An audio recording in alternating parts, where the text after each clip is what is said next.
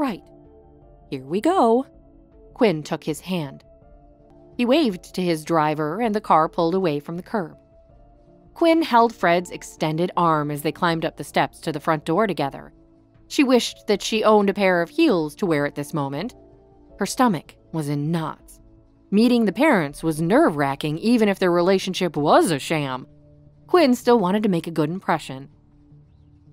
She pushed away the thought that maybe a part of her wanted this to be true, for her and Fred to be a real couple.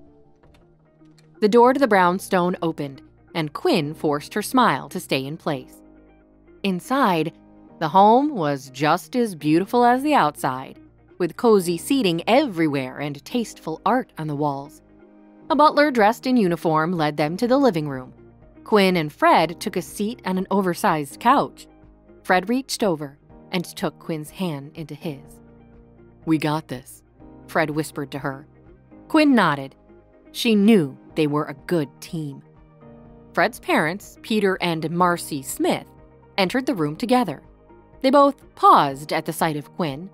Fred stood up from the sofa, pulling Quinn with him. They continued to hold hands even though Quinn could feel sweat building up between their palms.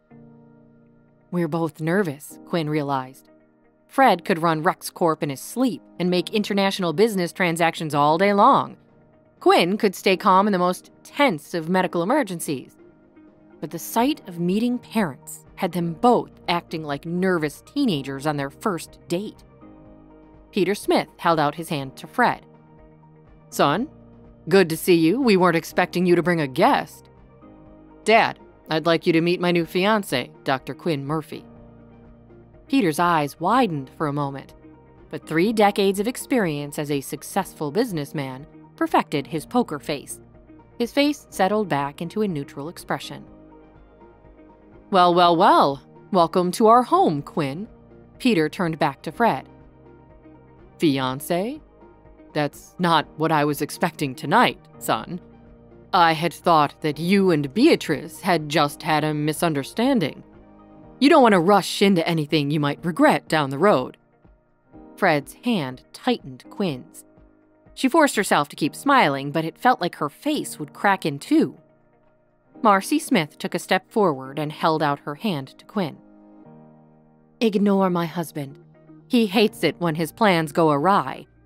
Dr. Murphy, was it? What kind of doctor are you?" Marcy's kindness put everyone in the room at ease, especially Quinn.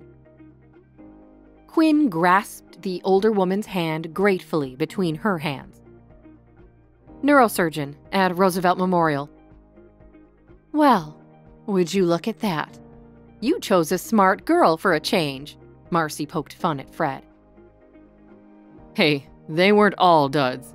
Fred defended himself, but Marcy rolled her eyes at him where only Quinn could see. A genuine smile filled Quinn's face. Marcy was warm and welcoming to her. Quinn felt more at ease. "I can do this," Quinn thought to herself. "Come on, let's sit down for dinner." Marcy motioned them towards the dining room. The dining room table was bigger than Quinn's apartment. She sat at one of the 4 place settings next to Fred, but it felt like she was sitting 2 tables away from him. Quinn scooted herself closer to Fred. She reached out and held Fred's hand on the table. Fred looked around the table. He dropped Quinn's hand and crossed his arms across his chest. "Why are there 4 settings already?" Fred turned to his dad. "Were you guys expecting another dinner guest? I already told you that Jake had practice after school and couldn't make it." Marcy looked down into her drink. Peter cleared his throat and then took a long sip of water. No one made eye contact with Quinn. "Well, son, we really weren't expecting you to bring a guest, so we invited one of our own." Quinn looked to Fred, but he seemed as lost as she was. Neither Peter nor Marcy spoke. Quinn couldn't stand the prolonged silence at the table. "Who is the guest?" Quinn asked. The sound of high heels clicked along the tile floor. Everyone in the room turned toward the sound. Beatrice entered the dining room in a swirl of designer coats. Quinn felt like she might pass out or throw up again. That would be me. Hello, Fred, darling. Hi, I am Quinn. Want to know my battle? Then download the Pocket FM app and listen to the exciting episodes of A Mother's Battle now.